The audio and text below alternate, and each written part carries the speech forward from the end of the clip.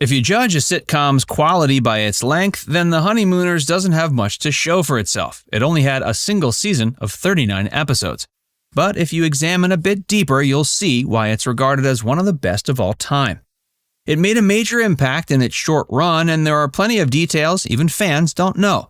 Keep watching to learn about interesting Honeymooners, bloopers, and secrets. 2 Alices. Pert Kelton first appeared as Alice in a 1967 sketch where, ironically enough, she appeared as Alice's mother. That later earned her the role of Alice in the first 7 episodes of The Honeymooners. Her husband, Ralph Bell, appeared in an ad in the Daily Work in 1948. That got him branded a fascist and put on the Red Channel's pamphlet, which was the unofficial list of names on the Hollywood blacklist. She was considered guilty by association. Jackie Gleason fought to keep her on the show, but the network took her off and said she left due to a heart condition. Audrey Meadows took over, but Jackie originally thought she was, quote, too young and too pretty. She went home to have a photographer take her picture without hair and makeup. He saw the photos and was convinced, even though Jackie didn't know they were actually of Audrey. When he found out, he thought it was proof that she had a great sense of humor. Audrey Meadows' contract. Audrey Meadows became a core part of the Honeymooners when she signed her contract in 1952. Like Alice, she was no fool and made sure to read the fine print. Her brothers were both attorneys. They joined her and her manager at the table. The group insisted she get residuals for any rebroadcasted episodes. The network agreed because they didn't have much faith in the show. 40 years later, The Honeymooners remained a late-night staple after it ended. Audrey is the only one who ever earned money from the reruns. Ralph occasionally schemed too early. Many shows are known for predicting things before they happen, whether it's a political event or a new product. The Honeymooners was great at the latter. If Ralph had waited a few years, perhaps he could have gotten rich. Consider the episode TV or Not TV. Alice asks him why he won't get a TV, and he says he's waiting until they can play in 3D. Certain stations broadcasted 3D movies as early as the 80s, and 3D sets went on the market by the early 2010s. Other products referenced on the show came out after its run and went on to be successful. 2 of the most successful are low-calorie pizza and glow-in-the-dark wallpaper. Ralph could have made bank with those. The Flintstones. The Flintstones were highly influenced by the Honeymooners. Jackie insisted on getting an early look at it and didn't take kindly to the similarities. You could almost swap out Ralph and Alice for Fred and Wilma, and Art and Joyce for Barney and Betty, without much of a change except for the time period. He considered suing Hanna-Barbera. His publicists advised him against it, asking if he wanted to go down in history as, quote, the man who killed Fred Flintstone. He didn't take action against a 1956 animated short with main characters Ralph Crumden and Ned Morton either. It tickled his funny bone and received his blessing. Lost episodes. The Honeymooners not only had lost episodes, but invented the term. Jackie always had copies of a few limited live sketches in storage, but he didn't know what to do with them and kept them put away. Most of these lost episodes, other than the ones known as the Classic 39, followed the same formula. Ralph hears about a money-making scheme. He asks Alice for a bit of money to get it started, but she denies him. He goes to Norton instead. Their scheme fails, but Ralph admits Alice was right. It's a repetitive storyline today, but thanks to a bit of physical and slapstick humor, audiences of the time didn't tire of it. Jackie Gleason, the singer. Jackie was a man of many hats and talents. He was never able to read music, but he loved to play. He composed the theme songs for The Honeymooners, You're My Greatest Love, and The Jackie Gleason Show, Melancholy Serenade. All he had to do was sing out his ideas to transcribers. He was also the leader of an easy-listening band that produced successful mood music albums. The first one, Music for Lovers Only, once held the record for the longest stay on the top 10 of the Billboard album charts at 153 weeks. Jackie even once held the record for the most albums at number 1 without any hits on the top 40. The Apartment. Audrey Meadows got stacks of mail every week from viewers about the Cramdens' apartment. They sent aprons, curtains, and other decor to help Alice spruce it up. The thing was that Jackie had intentionally designed the apartment to be flat and almost depressing. He based it on the one he lived at in Brooklyn, New York. He made the same $62 a week as his neighbor Ed, but he'd never want to use credit to furnish it. Inspirations from art. Art Carney also brought elements of his own life into his character. His tendency to play Ed Norton with exaggerated gestures and speech was an imitation of his obsessive-compulsive father. That signature pork pie hat even came directly from Art's wardrobe. He bought it in 1935 while he was in high school for $5. He said in a 1985 interview with People magazine that he still had it in a corner of his closet in his Westbrook, Connecticut home. No dress rehearsals. Live sketch shows were the foundation of Jackie Gleason's career. When it came time to film The Honeymooners, he refused to allow dress rehearsals. He felt that having only one script run-through kept the jokes fresh. The lack of preparation meant a faster production schedule. The Honeymooners filmed 2 episodes a week at the Adelphi Theater instead of a soundstage. The other actors did their own preparation without him. They'd be the most prepared when it came time to film. That meant Jackie would often forget lines and signal with a pat on his stomach. They'd cover for him, and it was usually Audrey Meadows who saved the day. She also used signals, such as glances and jutting elbows, to lead him to his marks. Ad-libbing. Jackie's hatred for rehearsals and retakes meant that mistakes often had to be worked into the show. His ability to ad-lib and semi-photographic memory made that easier. There's the scene in the episode The Man from Space where a knob falls off of his spaceman costume. Alice picks up the knob and hands it back to him. He says, "Give me that. That's my denaturalizer." In the episode Better Living Through TV, Ralph and Norton are rehearsing a commercial to sell a kitchen gadget. Part of it falls off and Ralph says, "Maybe we ought to say something about spearfishing." Goofs and bloopers. Not even the best ad-libbing and gesturing could hide all the honeymoon bloopers. Take the background of the windows on the Cramden apartment. Depending on the moment, it may or may not have a fire escape. The doorknob on the apartment may also be on the right or left side of the door, depending on the episode. The fact that their door opens out into the hallway isn't right either. If it's meant to be used to enter their home, it should always come into the building itself. Their address is also confusing. They're said to live in Bensonhurst in Brooklyn at 328 Chauncey Street. That's actually in Bushwick. Behind-the-scenes drama. The stars of The Honeymooners had clear chemistry and helped each other on stage. When the cameras stopped rolling, there was hidden animosity. Joyce Randolph admitted that not being able to rehearse made her break down in cold sweats. She also noted that Jackie's drinking gave him an unpredictable personality.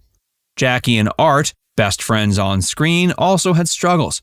There are rumors Jackie was jealous of Art's career or that Art didn't respect Jackie because he didn't take comedy seriously.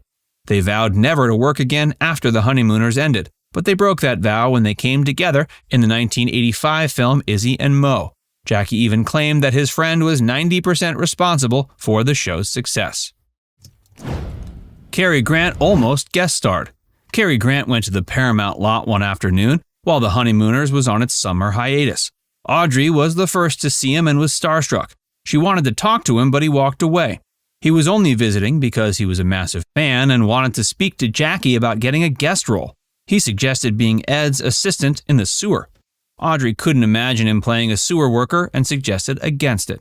He slyly responded, "I've seen worse filth and worked with bigger rats." Audrey and Cary eventually did work together in 1962's That Touch of Mink and developed a lifelong friendship. Jackie quit after 1 season. The Honeymooners was on a roll for months after it premiered and was second to only I Love Lucy in popularity. Jackie was dubbed the king of Saturday night television, but he soon abdicated his throne. In the fall of 1955, NBC moved the Perry Como show to the 8 p.m. time slot.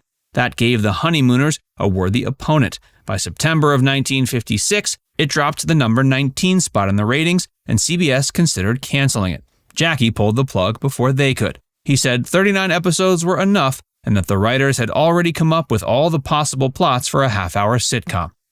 The Honeymooners did reappear as a skit on The Jackie Gleason Show from 1966 to 70.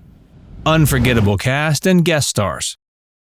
Polly Pond was the first choice for the part of Miss Kitty Russell. She turned it down, and Amanda Blake eagerly picked up the chance. Marshall Matt Dillon was the most difficult role to cast. William Conrad voiced him on the radio show, but he wasn't considered. Scheduling conflicts prevented the network from achieving its dream of nabbing John Wayne. The icon suggested they give it to his friend James Arness after they'd auditioned 26 other actors. Ken Curtis was able to play several characters. His primary role was Festus Hagen. He also showed up as Buck Taylor, Newly O'Brien, a Texan cowboy murdered after becoming friends with Chester, and other roles. James Arness was the only actor to star in every episode in Gunsmoke. That was despite struggling through the final 10 seasons due to severe arthritis. He'd have to film an episode in a single day to take a week-long break afterward. Milburn Stone almost starred in every episode as well. He missed out on 6 episodes in 1971 due to a heart attack. The cast was carefully chosen, and so were their names. Chester's last name was Good on the radio program, but it was switched to Proudfoot in the TV show as a nod to one of J.R.R. Tolkien's hobbits from The Lord of the Rings. Doc Addams had no first name for 16 seasons until his actor got the chance to pick one and thought Galen had a nice ring to it.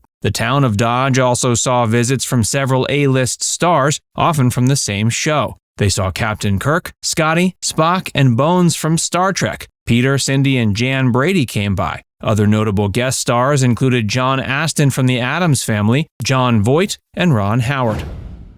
The opening scene.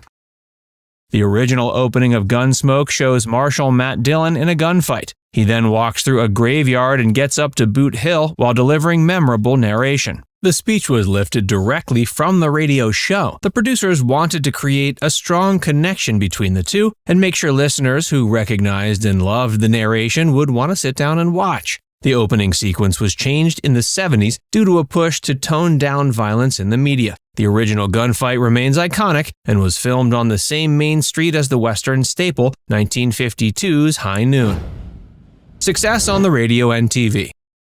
Gunsmoke hit TVs in 1952 with its radio program running at the same time. It was the most watched show on American television from 1957 to 61 and had aired over 400 episodes by the time it ended. That record remained untouched until the classic animated show The Simpsons aired its 689th episode on April 29, 2018. Gunsmoke was so popular, it led to the cancellation of other shows. Ratings started to dip in season 6, so they were considering pulling the plug. But instead, they moved it to a different time slot that had been previously occupied by Gilligan's Island. Gunsmoke also spawned a classic catchphrase. Marshal Dillon would tell every villain who entered his town to, quote, "get the hell out of Dodge." The phrase was a popular part of contemporary speech in the 60s and 70s. A few fun facts. Gunsmoke had a sponsor fit for a cowboy, L&M Cigarettes. They kept this relationship for the first 7 seasons until cigarette ads were banned on TV. The Gunsmoke radio program made it clear Miss Kitty was the madam of the local saloon. The TV show didn't change this fact, but was a little more subtle about it because they wanted to make the show more family-friendly. They toned it down even more in the 70s when the intro was changed. Violence and sex were both being pushed out. Olivia Walton, who played Miss Matt Dillon, only got to have one tiny on-screen kiss in the entirety of the show. It was during the episode Matt's Love Story. Actors on the show also came up with some of their characters' most distinguishing features. Dennis Weaver wanted to differentiate Chester from everyone else in Dodge and decided to fake a limp. It later became a central part of the character. Characters died in the dangerous town of Dodge, but Gary Busey's character was the last one. Harvey Daly was written out by dying of brain cancer in one of the final episodes. Timeline troubles.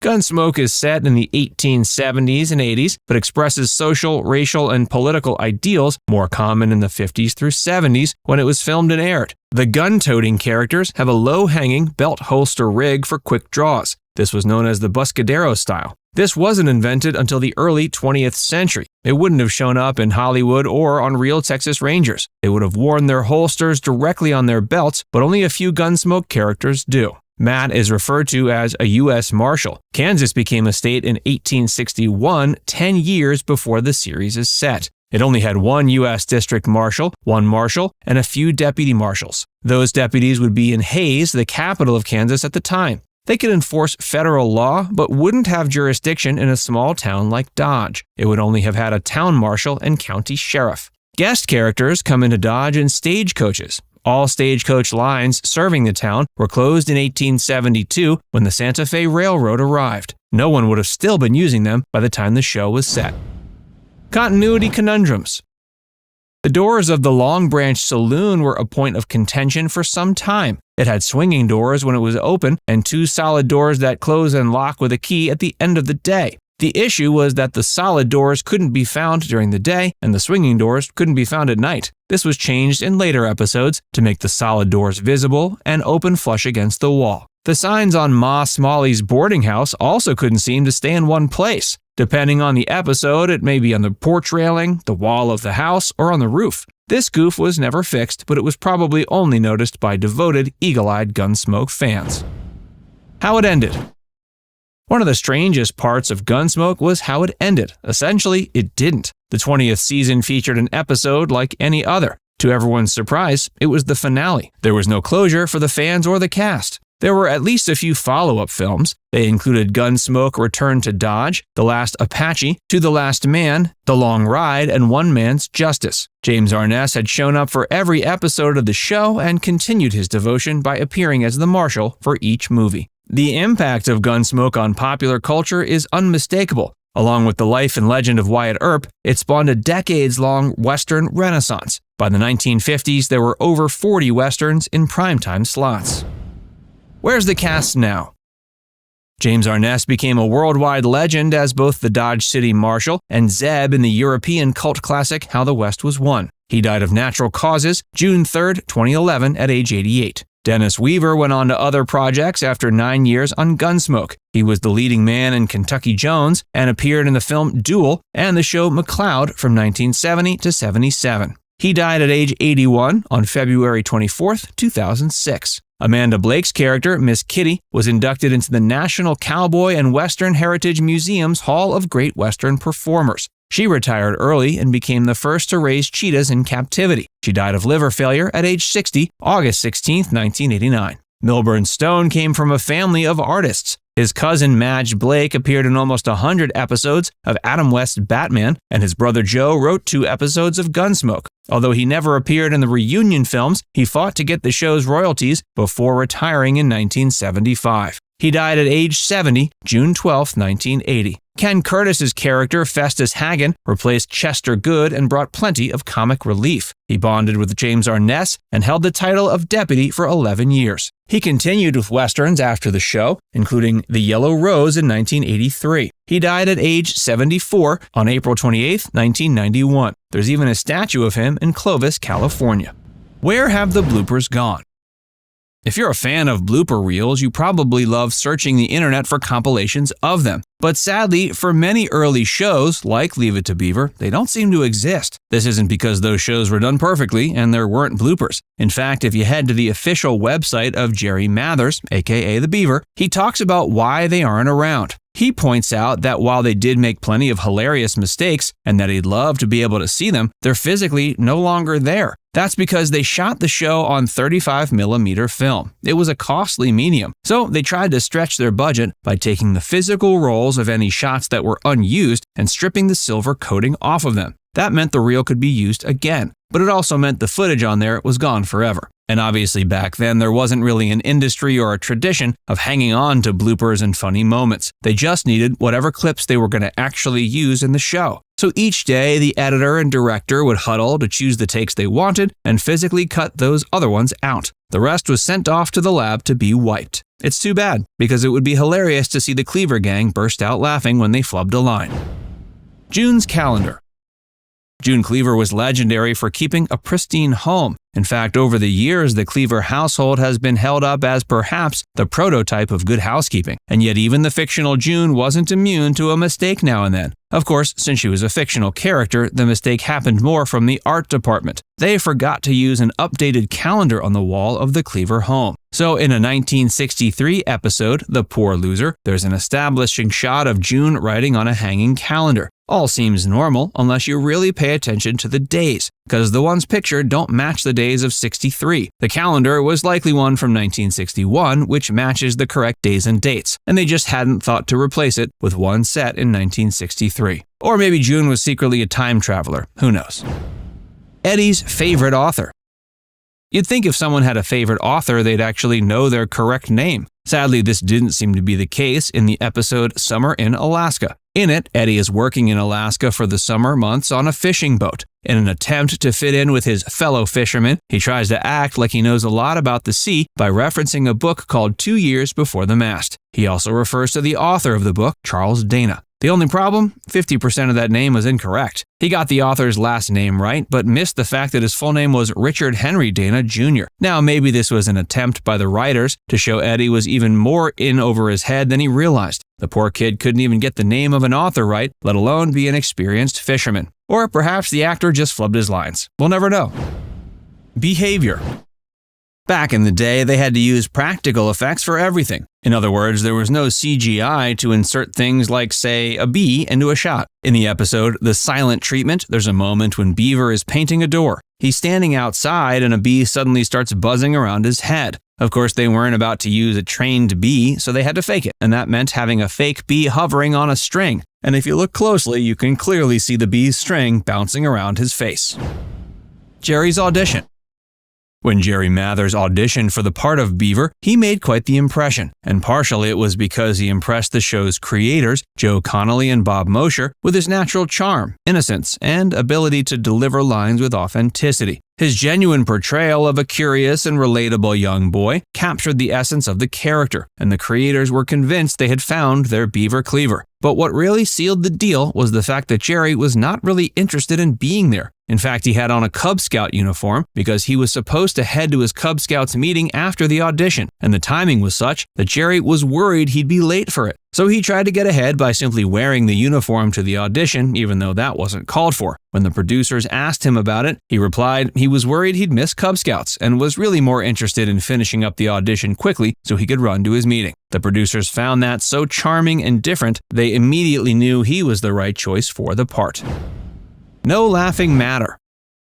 The show's producers had a specific vision in mind regarding the audience's reaction. Unlike some sitcoms that thrive on big, uproarious laughs from the audience, the creators of Leave It to Beaver aimed for a more subtle and gentle approach. They preferred to elicit chuckles rather than roaring laughter. This deliberate choice contributed to the show's unique tone and helped create a warm, family-friendly atmosphere. The goal was to depict an idealized version of family life in the 50s, focusing on relatable and often humorous situations that would resonate with viewers. Their aim was to capture the everyday experiences and misadventures of the Cleaver family with authenticity and a touch of lightheartedness. They believed that comedy should arise naturally from the characters and their interactions rather than relying on exaggerated jokes or over-the-top humor. Tony Dow put it explicitly, saying, quote, "If any line got too much of a laugh, they'd take it out. They didn't want a big laugh. They wanted chuckles." Where's Mayfield? One of the most intriguing debates surrounding the show revolves around the actual location of the fictional town of Mayfield, where the Cleaver family lives. While the show never explicitly mentions a specific state, several clues and references have sparked speculation. One prevailing theory suggests that Mayfield is located in the Midwest. The show's creators, Joe Connolly and Bob Mosher, drew inspiration from their Midwestern backgrounds when developing the show's setting. The Cleaver family's suburban neighborhood, with its tree-lined streets and picket fences, embodies the quintessential Midwestern community, often associated with small-town America. But some fans argue that Mayfield could be located on the East Coast, citing references to nearby cities such as Pittsfield and Buffalo in the show. Others suggest Mayfield might be in California, pointing to the show's production being based in LA and the presence of palm trees visible in certain episodes. Adding to the ambiguity is the fact that Leave It to Beaver intentionally created a timeless quality, aiming to represent an idealized version of American life rather than anchoring itself to a specific geographic location. The infamous toilet. Due to the conservative norms of the era, a lot of real life wasn't allowed to be shown on television, and for some bizarre reason that included toilets. But there was an element in the pilot script that meant they needed to show a toilet. It involved the boys ordering a small alligator from a magazine ad and realizing they had nowhere in the house to put it. The boys knew enough to realize that the creature needed to be in water, so they decided the easiest place for it to live and be hidden from their parents was in the toilet's water. And obviously for the audience to see this happen, they'd need to see a toilet, or at the very least acknowledge that such a thing existed. CBS execs caught wind of the plan to show a few frames of the boys' toilet in the pilot episode. Apparently, it caused quite a stir. Their standards and practices department had an issue with showing the toilet bowl on television. And yet the network was excited about the show, so they wanted to do everything they could to make sure it got on the air. Eventually, they figured out something of a workaround. They agreed to let Leave It to Beaver show the toilet, but not the actual bowl. They could show the back of the toilet tank. That would imply that the boys put the alligator inside the bowl without actually showing it. The episode then ran as the second of the series, and history was made. Leave It to Beaver became the first show to air footage inside a bathroom and the first to actually show a toilet. Bathroom confusion. Most businesses go through some kind of renovation at some point, and that often includes bathrooms. But rarely would it make sense for a bar to simply demolish the insides of the men's and women's bathrooms and rebuild them but switch their locations. And yet this is seemingly what must have happened in the Cheers bar, because sometimes during the series, the women's room is the one that's closer to the main bar. The men's room is further down the hall, closer to the pool room. And yet there were several instances throughout where they were suddenly reversed. Obviously, there wasn't any actual construction, either on the set or in the plot of the show. It was probably that they forgot which bathroom was which and put the signs on the wrong doors a few times. It's curtains for you. Sometimes there's a random shot where you can catch a glimpse of a crew member or a part of the set that isn't supposed to be visible, but usually it's not something that happened for the better part of a season. And yet in a bunch of episodes from the end of the second season, you can clearly see a curtain on the left side of the screen. It happens whenever the camera pans out from the corner where Norm sits at the bar. It's possible no one ever noticed it while they were filming, or they decided it was something the audience at home wouldn't notice. And in fairness, they were probably correct for the most part. Fire codes, schmire codes. Sometimes the magic of television means you don't have to follow the law to the strictest degree. And what we mean by that is that fictional bars can probably get away with breaking a few regulations in the name of comedy. For example, the main door in the Cheers bar always swings in towards the bar. That's so the characters could make great entrances and exits and use the door as a prop. It was also a lot easier for them to enter a scene since they didn't need to swing the door out and then walk around it. One problem though, according to most fire codes, main doorways need to swing outward. And while we're pointing out fire code violations, we should also point out they never had any exit signs that were illuminated and no emergency lighting either. And the pool room should have had a fire exit, but it didn't seem to. But since it was a set and not an actual bar, none of these issues were too big of a deal. Bar Wars sequels and prequels. Sometimes even the naming details can get a bit fouled up. There's a legendary rivalry between the Cheers bar and Gary's Old Town Tavern, and the first time the show explores it is in an episode called Bar Wars. Then, as the seasons progressed, new episodes about the rivalry and competition were giving increasing Roman numerals. But at some point, someone forgot how to count. In Season 8, there's an ep called Bar Wars 3, and then in Season 10, there's Bar Wars 5. Weirdly enough, there's no episode containing Bar Wars 4. Somehow that got overlooked or mislabeled. Or maybe the writers and producers were just having a little fun and seeing if anyone would notice. Well, we did, Cheers crew, we did. Martin is a zombie? When Frasier Crane joined the show, the character was originally meant to be only on for a few episodes. Then, because Kelsey Grammer was so convincing and because audiences were really responding to the character, Frasier became a regular. But even then, no one could have predicted that he would not only get his own spin-off show, but it would go on to perhaps even more success than Cheers. So they probably weren't too concerned with future-proofing Frasier's backstory. As such, they gave Frasier a line where he mentions his father passed away. Of course, if you watched Frasier, you know the show revolved in a big way around Frasier and his brother Niles' relationship with their father, Martin Crane. The Frasier writers attempted to retcon that particular choice in an episode of the show where Frasier tells Sam Malone that he had made up the story of Martin's passing because he'd been in a big fight with him. It was the best they could do to rectify the awkward reality established in the Cheers episode. Now let's take a look at some fun facts about Cheers you might not know. Desert vibes. Originally, the bar was potentially going to be located out in the middle of the desert somewhere, or at least in a small town. They didn't envision it in a major city like Boston, and yet as they explored that possibility, they realized how perfect Boston would be as a backdrop. It certainly would have been a drastically different show if it had been in the middle of a desert.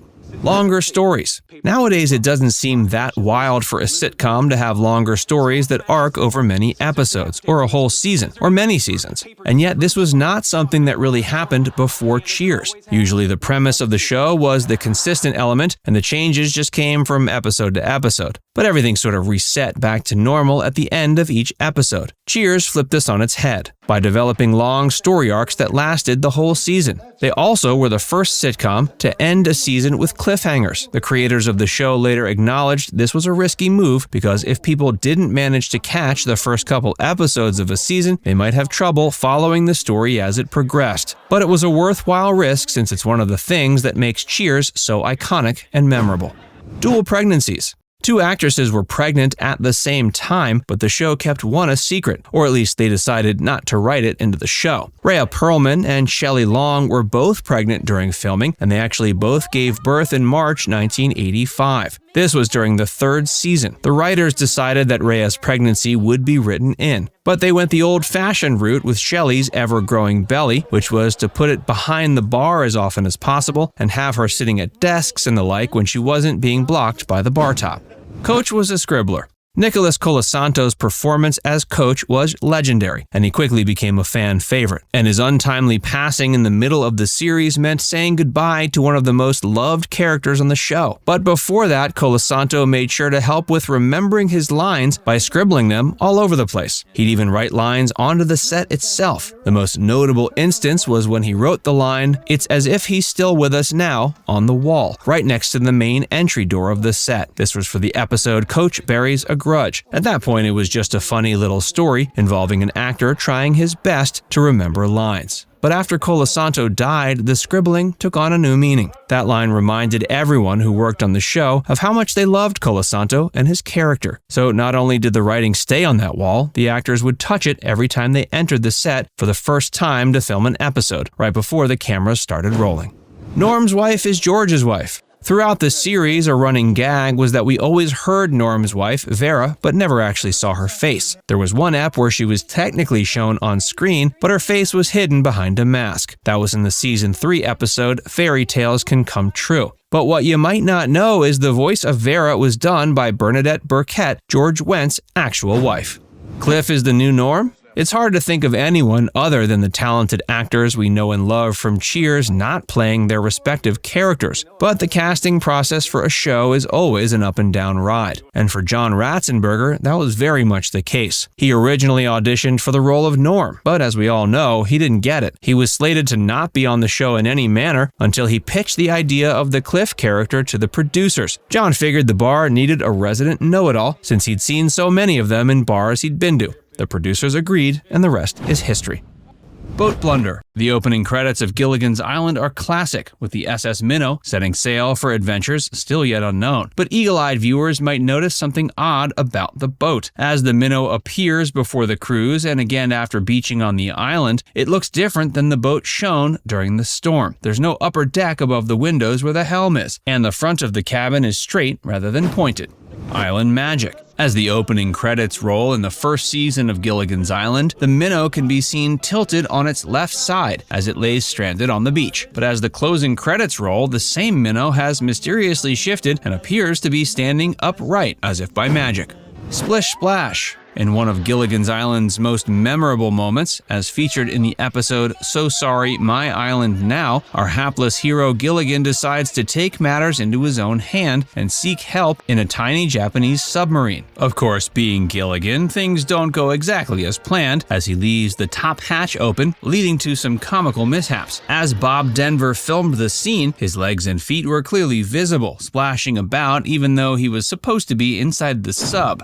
Missed tanks were made. Gilligan's Island never failed to keep us on our toes, even in reruns. In the very same episode that featured Gilligan's little submarine kerfuffle, there was another blooper to discover. After Gilligan finally manages to close the hatch of his trusty submarine, he takes it for a spin around the lagoon. But as the periscope darts around, there's something a little off. The scuba tank clearly visible and moving around the periscope. Was it a prop gone rogue? A subtle nod to the show's behind-the-scenes magic? We may never know for sure, but Gilligan's Island was always full of surprises.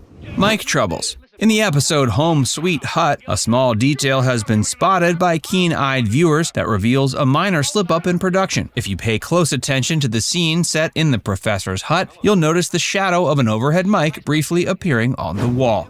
The illusion unfolds. From the first episode of Gilligan's Island to On a Raft, there were clues that not everything was as picture-perfect as it seemed. If you looked closely, you might have noticed an accidental reveal when Gilligan and the skipper found themselves in a precarious situation, surrounded by hungry sharks. As the skipper valiantly threw the sail, an eagle-eyed viewer might have glimpsed something unexpected: the false backdrop of the sky, visible behind the water tank. The fabric of the backdrop was creased, revealing its artificial nature, and there was even a noticeable gap between the water and the bottom of the backdrop. In the blink of an eye, the castaways of Gilligan's Island are somehow always attracting interesting visitors, but in the episode Man with a Net, they encounter a rather shady lepidopterist in search of a very specific butterfly. Unfortunately, his exit from the island is a bit more dramatic than anyone planned. As the lepidopterist bids the island farewell, he knocks out the 7 castaways. Although they're meant to be unconscious on the ground, viewers paying attention might notice Natalie Schafer, who played the ever-glamorous Mrs. Howell, slips up and briefly opens her eyes. Not so deserted island. Throughout the series, the castaways stumbled upon various individuals, some of whom had apparently been stranded on the island for over a decade, including Wrongway Feldman, Dubov the Painter, and the Jungle Boy. Each of these characters believed themselves to be the only inhabitant of the island until encountering the minnow crew. One can't help but wonder how vast is this island that so many people can live there for years without ever crossing paths.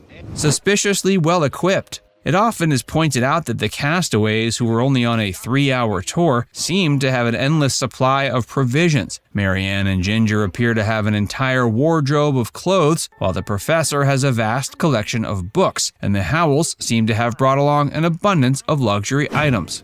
Mystery Man. One of the most mystifying goofs seen in the show's opening credits potentially opens up a whole new realm of storytelling possibilities. As the minnow leaves port in the sequence and the lyrics declare 5 passengers set sail that day, viewers can count 8 people aboard: Ginger and Marianne up front, Gilligan and the skipper on the top deck, and the Howells and Professor aft. But there's also a mysterious man piloting the boat. Whatever happened to him?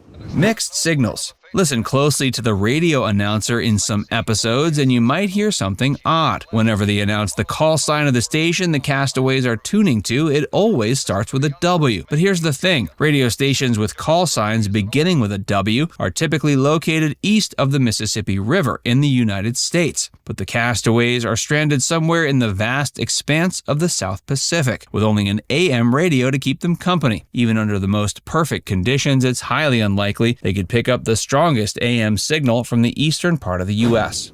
Gilligan's Wedding Band. In the episode They're Off and Running, as the skipper and Gilligan engage in a thrilling turtle race, viewers paying attention might notice something unexpected: a wedding ring glinting on Gilligan's hand. It turns out the real culprit is none other than Bob Denver, who more than likely forgot to remove his own wedding ring before filming the episode. Not too far from home. Just when you thought you had the island all figured out, there's another detail to add to the mystery. In the episode The Friendly Physician, as the crew sets sail for home on a small boat, something catches the eye of the observant viewer: the faint outline of the buildings peeking over the trees that surround the lagoon. Are they part of the studio lot, or they could be a glimpse of the LA skyline in the distance? Either way, they certainly break the illusion that the gang is lost on a remote, uncharted island. Word schmerds. Although the opening lyrics of the show claim the castaways landed on a desert island, the lush jungle surrounding them clearly indicates otherwise. Additionally, Gilligan's lack of sailing prowess is at odds with the characterization of him as a mighty sailing man. But it's worth noting that the term desert island can be interpreted as a remote, uninhabited tropical island, according to the Oxford English Dictionary. Running out of steam. Although commonly referred to as the SS Minnow, the boat on Gilligan's Island is actually a motor vessel, not a steamship, which would traditionally be designated with SS. Therefore, the correct nomenclature for the vessel would be MV Minnow, as it's powered by a diesel or gas engine. The Minnow is also shown as a 64-wheeler boat, and it has a maximum cruising speed of 12 knots. This implies that during their supposed 3-hour tour, the boat could have covered a distance of no more than approximately 40 miles. Not even a sniffle. In the episode Feed the Kitty, it's established that Mrs. Howell is allergic to cats. But in The Friendly Physician, some fans have pointed out that a cat appears without her showing any signs of allergies. But it should be noted she doesn't share any scenes with the cat, and her brief contact with it is not enough to trigger her allergy. Lowest hanging fruit. In the episode Personal Magnetism, pears and grapes appear to float across the dinner table thanks to Gilligan's temporary invisible powers, but observant viewers might notice the distinct glint of wires used to lift the prop fruit, reflecting light up near the roof of the hut. Similarly, in the earlier episode It's Magic, the wires used to levitate the table at the end are visible briefly if you look closely. The show gave the characters names. Cartoonist Charles Addams was content to leave his characters nameless, and except for Cousin It was the TV show that changed that. He worked with producers and David Levy, former vice president of programming at NBC, to name all of them. There are a few details you may not know. He named Wednesday after the Fred Penner poem Monday's Child because it describes Wednesday's child as being full of woe. The Day of the Week poem may also explain why her middle name is Friday. Gomez was almost named Rapelli. The actor who played him, John Astin, was the one who got to choose. Charles preferred the other option. Pugsley was almost called Pubert, but it was changed to avoid any sexual connotation. It was later used for the third Addams Family child in the 1993 film Addams Family Values. The theme song. The Addams Family has one of the most recognizable theme songs of all time, with its catchy verses and snaps. It was composed by Vic Mizzy. There's a rumor that the studio didn't want to pay for a trio of singers. Instead, he layered multiple tracks of his voice to play all three vocal parts. The cast. John Astin appeared in The Wheeler Dealers, produced by Philways. His contract said he could choose one of three projects after that: the Americanization of Emily, The Loved One, or The Addams Family. He originally auditioned for Lurch, but struggled to get into the character. The producers still recognized that he'd be right for the part of Gomez instead.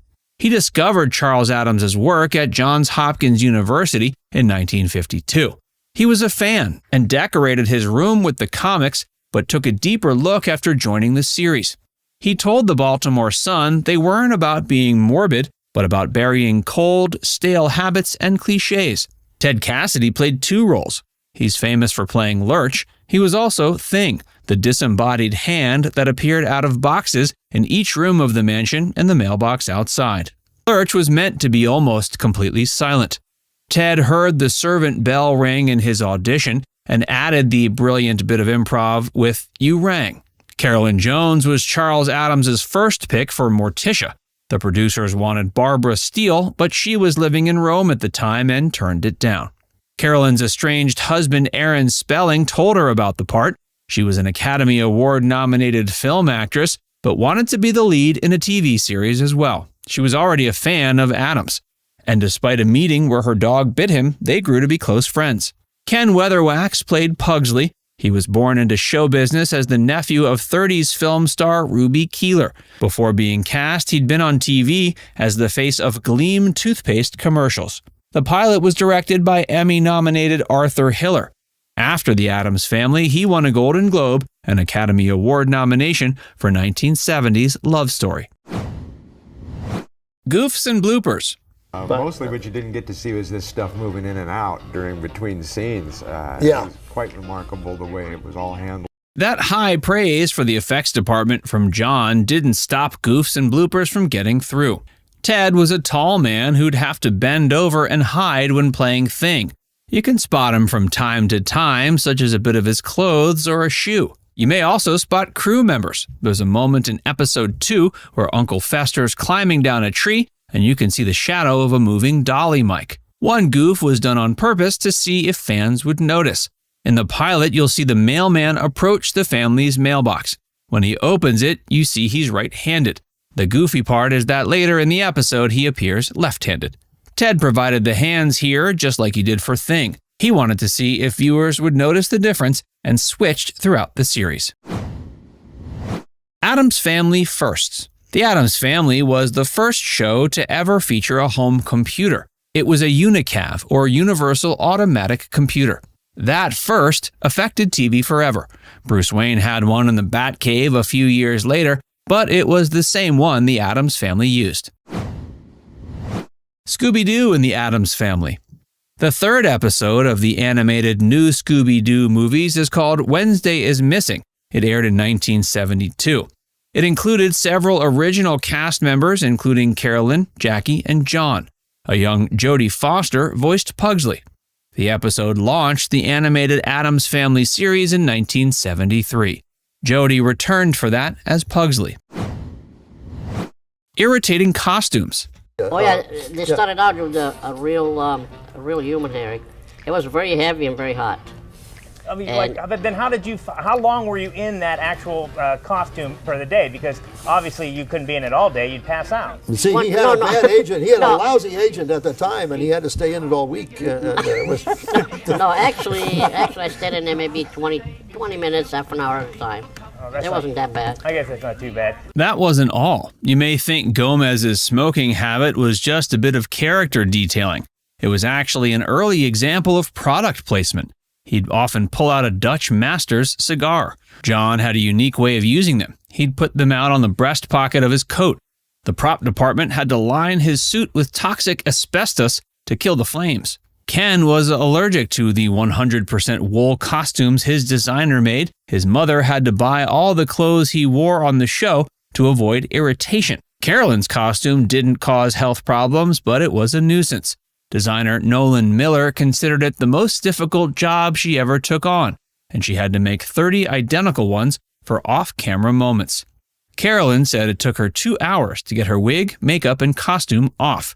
The dress alone took 20 minutes to get out of. Morticia and Gomez's real relationship. Morticia and Gomez's clear attraction was part of what made the Addams Family so popular. It was different from the lack of sexuality in other shows of the time. John claims it wasn't an act. They were attracted to each other, but wanted to keep it professional. He remembers getting pushback from networks, but still working to create a, quote, grand romance between them.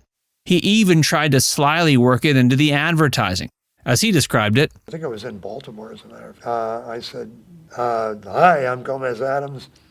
My wife Morticia and I are the best adjusted couple on television. And Addams inspired new laws.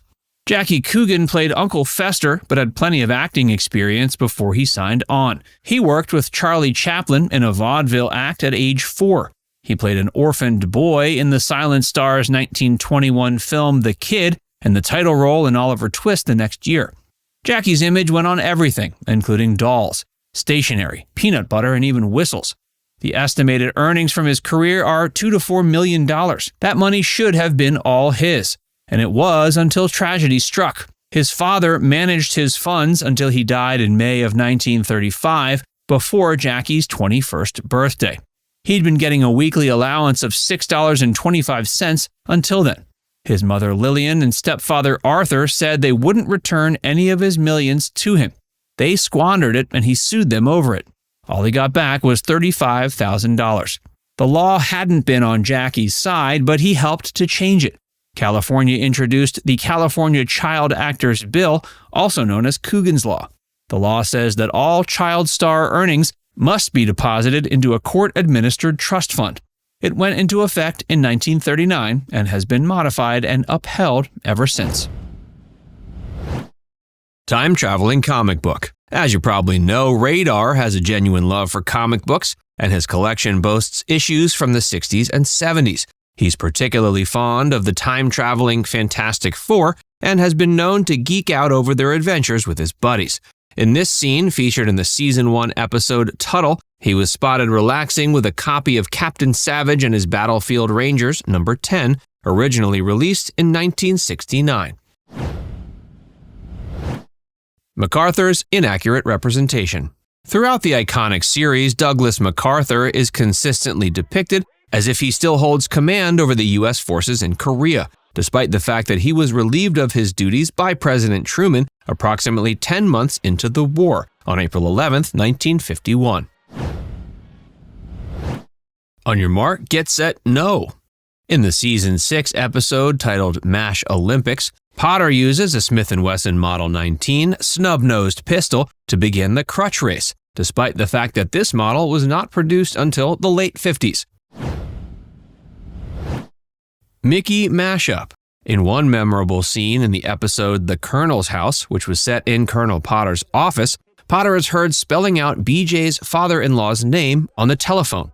Nearby, Hawkeye, who was within earshot, responds to Potter's spelling by chanting M-O-U-S-E, which is part of the famed theme song for the Mickey Mouse Club show. But the Mickey Mouse Club didn't make its debut on TV until October 3, 1955, more than 2 years after the war ended in Korea. More comic book shenanigans.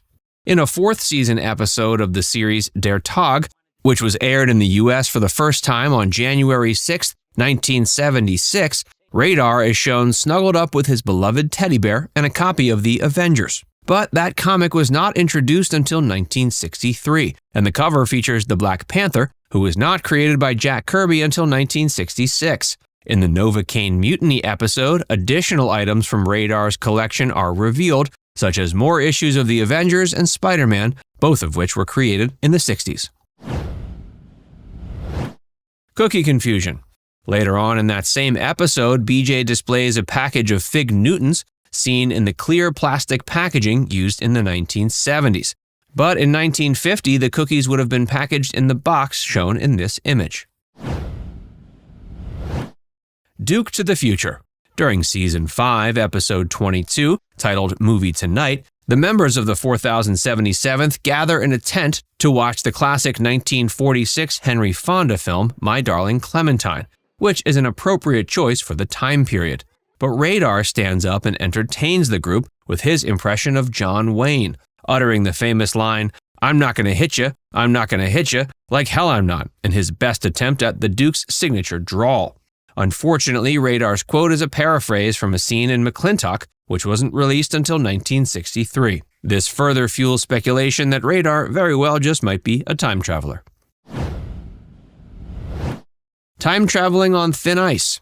In the 7th season episode Baby It's Cold Outside, the group assembles to watch the 1941 film Sun Valley Serenade, which is an ice-capade flick featuring Norwegian figure skater and film star Sonja Henie. Colonel Potter points out a scene where Henie is expected to perform a triple axel and end up in a split, but it should be noted that Midori Ito was the first woman to successfully execute a triple axel in 1988. Furthermore, Carol Heiss was the first woman to perform a double axel in 1953. The Perplexing Pinball Machine. During the 6th episode of Season 10, Wheelers and Dealers, there's another instance of an item that does not align with the show's timeline. Specifically, the Officers Club features various forms of entertainment and facilities, such as the pinball game Spot-A-Card. However, this machine was not manufactured until August of 1960 by manufacturer Gottlieb, which is after the Korean War ended. A monster mistake. In the Season 3 episode Springtime from 1974, there's further indication that the MASH cast might have had access to Marty McFly's DeLorean. Radar once again slips up when he comments that the movie for the night is The Firstborn of Godzilla, but it's worth noting the massive monster didn't make its first appearance until the 1954 film Godzilla, directed by Ishiro Honda.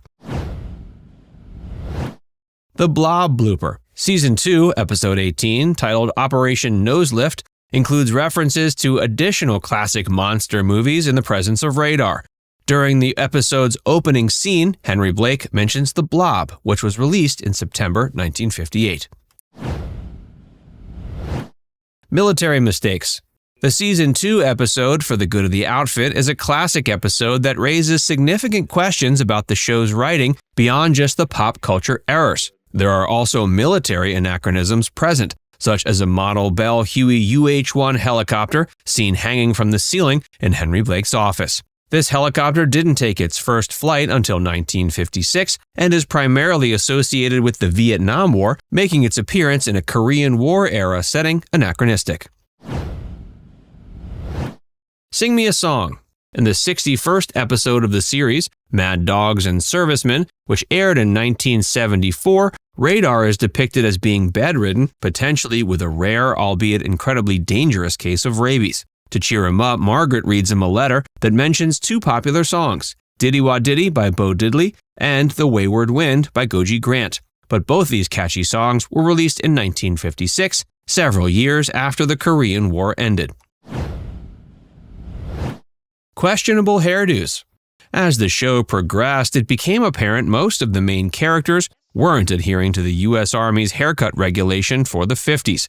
However, the ever-dignified Colonel Potter, played by Harry Morgan, was a notable exception, exuding an air of authority and professionalism while rocking the appropriate haircut befitting of an officer in that era. Ahead of their time. Put simply, the characters in MASH often expressed social attitudes reflective of the time in which the show was made, rather than the early 50s when it was set. As the show progressed, it became more akin to a contemporary drama rather than a period piece. Nailed it. In defiance of Army regulations and common sense, Margaret's nails in the series are a sight to behold. A nurse and by-the-book Army officer, it's highly unlikely she would be permitted to maintain such long nails. The discrepancy between her appearance and what's expected only adds to her enigmatic character. By any other name. The show makes a few historically inaccurate references regarding governmental organizations, such as referring to the War Department instead of the Department of the Army, which was its renamed title since 1947. It would be more appropriate for the characters to use the correct terminology when discussing orders from Washington, D.C., such as referring to the Department of Defense. Let's do the time warp again. A time warp seems to have taken hold of the world and Colonel Potter's family in MASH. Initially, Potter's only child was a son, whose wife had a daughter. But as the series progressed, Potter suddenly had a grandson named Corey, who grew from a newborn to a 5-year-old in the blink of an eye. And strangely, by the end of the series, Potter's child had become a daughter. Hawkeye's ever-changing backstory. Hawkeye's backstory is a bit of a roller coaster. At first, he hails from Vermont, with both parents being alive, a married sister who sends him a giant homemade sweater, and a nephew. But as the show progresses, we see a different side of him. Hawkeye now claims Crabapple Cove, Maine as his hometown, and he's an only child whose mother passed away when he was around 10. Laura's long pregnancy. One of the funniest bloopers in the show is the obvious, at least in hindsight, inconsistency of Laura's pregnancy. According to Melissa Gilbert, who played Laura, and Lennon Parker, who runs a fan website, Laura was pregnant for an extended period amounting to a little over a year. She first announced her pregnancy in a warm season, but by the following summer, she was still expecting.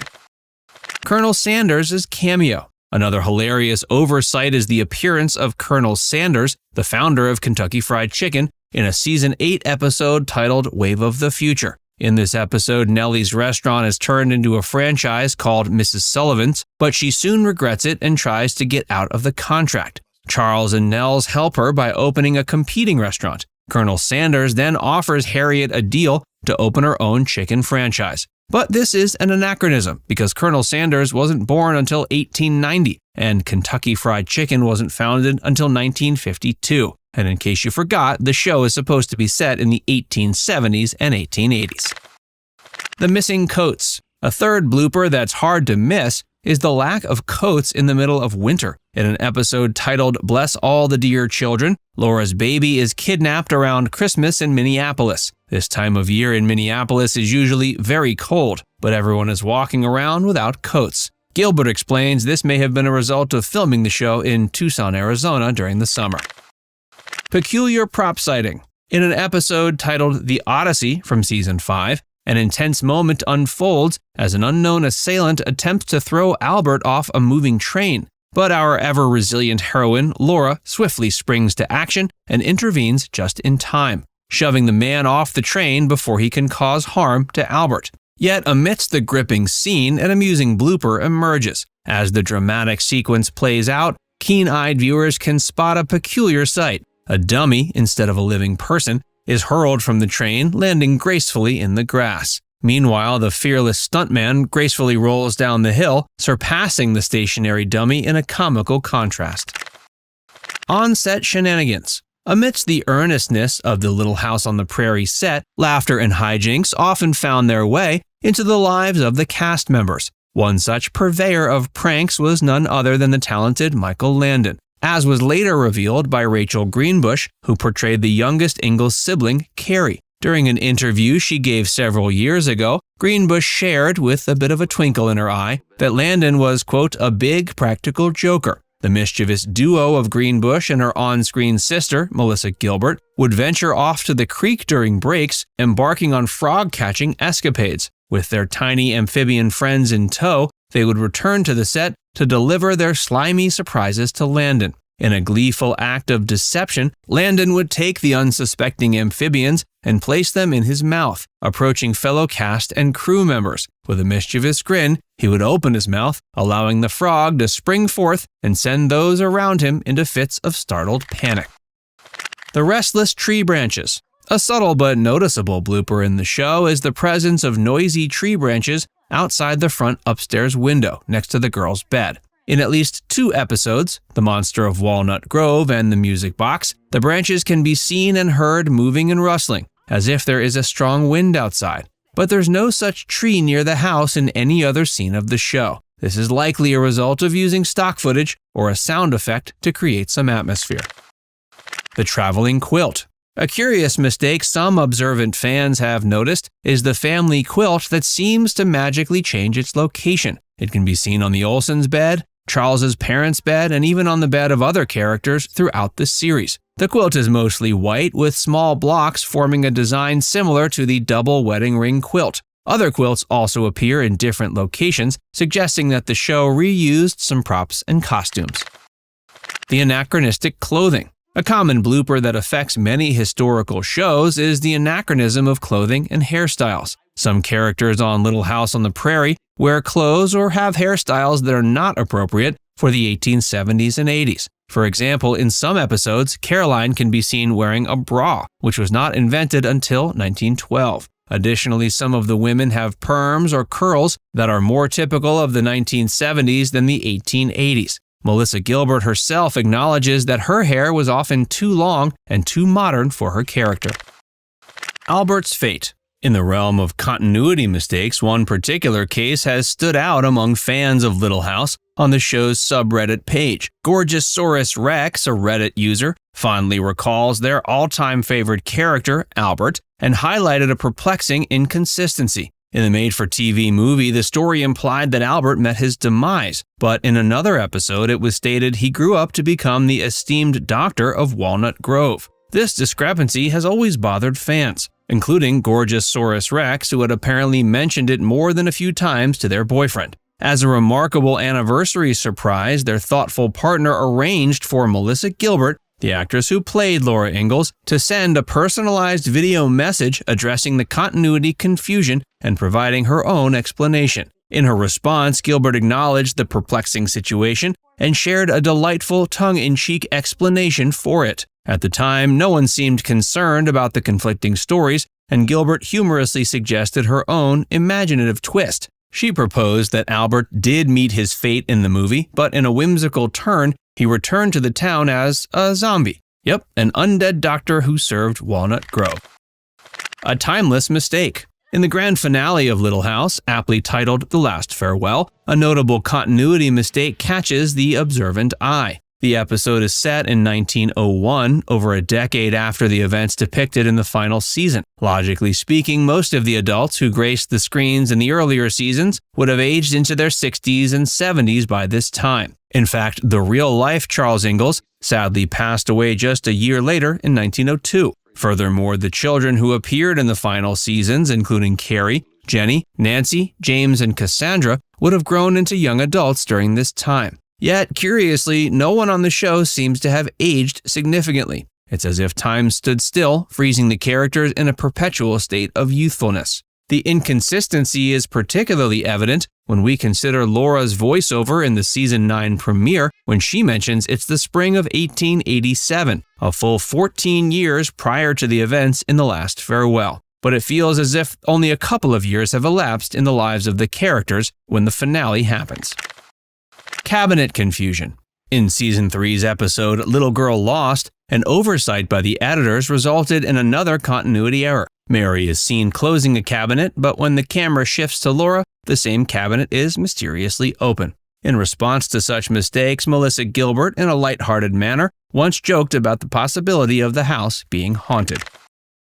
The invisible microphone. A technical blooper that's easy to spot is the occasional appearance of a microphone on screen. In episodes like The Handyman and The Wolves, A microphone can be seen hanging from the ceiling or poking out from behind a curtain. It's a clear indication the show was filmed on a soundstage and not in a real house. The wardrobe malfunction. According to Snopes, actor John Ritter's family jewels were briefly visible in a now notorious episode of Three's Company called The Charming Stranger, which initially aired December 20th, 1983. The scene happened when Jack Tripper was dressed in bright blue boxers and flopped down on the bed, exposing some things that probably shouldn't be seen on TV. The blooper went unnoticed for many years until an eagle-eyed viewer alerted Nickelodeon, which was rerunning old episodes, in March of 2001. Nickelodeon confirmed the slip-up and said it would edit it out from future repeats. John Ritter himself laughed off the incident and explained why it was missed for so long during an appearance on Conan O'Brien's late-night show. The Not-So-Hidden Crew. In Season 8, Episode 2, She Loves Me Not, shortly after Jack chats with Larry about a magazine quiz, Jack asks Janet if something is troubling her. While Terry is seen leaving the kitchen with 2 cans in her hand, a crew member's hand can clearly be seen behind Terry, placing a very noticeable bag on the countertop. The changing apartment number. In the pilot of the show, Jack moves into an apartment 201 with Janet and Chrissy. However, in later episodes, their apartment number changes to 201A. This is because ABC execs thought viewers would confuse 201 with a room number rather than an apartment number. The Case of the Giggles. In Season 5, Episode 17, And Baby Makes 4, when Cindy expresses frustration by saying, "Why doesn't anyone give me credit for knowing what I'm doing?" Jack snarkily retorts, "Well, you keep bumping into things." As soon as John says this, Joyce can't help but break character and laugh. To cover this up, she shields her face with her hands and bends over, while Cindy tries her best to hold back her own laughter and carry on with the scene. The Teleporting Scarf. In Season 2, Episode 14, Three's Christmas, right after the trio wraps up opening their presents, Jack makes his way to the kitchen to find Chrissy visibly upset with a scarf over her shoulders. From the other room, Janet asks what's wrong. When the camera cuts back to the kitchen, we're given a close-up of Chrissy with the scarf now sitting on her lap. The Tragic Death. John Ritter was not only the star of Three's Company, but also one of its producers and writers. He was beloved by fans and colleagues alike for his comedic talent and warm personality. Sadly, he died unexpectedly September 11, 2003, from an undiagnosed heart condition while filming his new sitcom 8 Simple Rules. He was only 54. The Forgotten Car. In the Season 8 episode Forget Me Not, Janet tells Jack that the car Larry is delivering to her is her very first car. But just 5 episodes earlier, in Itching for Trouble, Janet is asked by Moose if they had a football that needed any air, to which she replies by saying no, but one of the tires on her car was a bit low. The questionable terminology. In Season 4, Episode 1, Jack on the Lam, Jack uses the term AWOL, or absent without leave, but since Jack supposedly served in the Navy, he would have probably used the more commonly used term, UA, instead, which is short for unauthorized absence. The Recycled Set. In Season 7, Episode 8, An Affair to Forget, Jack falls for a woman named Randy, who later turns out to be married. When Jack visits Randy's apartment, it looks very familiar. That's because it was the same set used for Janet's flower shop in previous episodes. The Flip-Flopping Doorknob. The doorbell of the Three's apartment was usually shown to be on the left, but sometimes when the plot points called for it, it appeared on the right-hand side of the door. Likewise, the doorbell chime box inside the trio's apartment was initially placed above the kitchen, but in later episodes it can clearly be seen above the front door. The spin-off flops. Three's Company had 2 spin-offs, The Ropers and Three's a Crowd. The Ropers followed the adventures of Mr. and Mr. Roper after they moved to a new condominium complex managed by their snooty neighbor, Jeffrey Potts, played by Jeffrey Tambor. Three's a Crowd followed Jack after he moved in with his girlfriend Vicky Bradford, played by Mary Carteret, and had to deal with her meddling father James Bradford, played by Robert Mandan. Both spin-offs were short-lived and failed to match the popularity of Three's Company. The Unauthorized Story. In 2003, NBC aired a TV movie called Behind the Camera, The Unauthorized Story of Three's Company. The movie dramatized the behind-the-scenes conflicts and controversies that plagued the show, such as Suzanne Somers' salary dispute, John Ritter's creative differences with the producers, and Joyce DeWitt's feud with Somers. DeWitt served as a co-producer and host of the movie, while Ritter saw the final cut before he died. Somers was also contacted and gave some input. The Wrong Door. In Season 4, Episode 18, Handcuffed, Chrissy's cop cousin informs her and the roommates that there was a complaint lodged by one of the neighbors about her husband being on the roof watching the girls dance in the apartment with a pair of binoculars. However, when the girls were actually dancing, the thick drapes were closed, and the front door was also closed. So how on earth could such a complaint have even been filed in the first place? The Missing Brother. Jack has a brother named Lee in later episodes, but a couple of years before he was introduced, Jack's uncle came to visit and referred to Jack as his favorite nephew. Jack responded to this compliment by saying he was his only nephew. Jack's uncle replied to this factual comment by saying, quote, "That never stopped you from being my favorite." The Duplicating Cans. In the second season episode, Strange Bedfellows, Mr. Roper attempts to explain to the girls and his nosy wife what he was up to in Jack's bedroom. If you watch the scene closely, paying special attention to what's going on right above Mr. Roper's left shoulder, you'll notice that the number of yellow cans on the shelf keeps switching from 1 to 2 cans. Additionally, you can also notice the suitcase on the floor has a square silver bag placed in front of it whenever 2 yellow cans are present. The Equal Pay Fight. Suzanne Somers was one of the most popular stars of the show thanks to her portrayal of ditzy blonde Chrissy Snow. However, she was vastly underpaid compared to her male co-stars. Because of this, she asked for a raise from $30,000 per episode to $150,000 to match what John Ritter was getting. Not only were her demands rejected by ABC and the producers, they immediately fired her. She was still contractually obligated to finish out Season 5, but she was then replaced by Jenny Lee Harrison as Cindy Snow.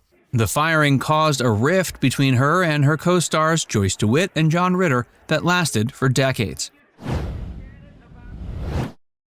The Early Bird.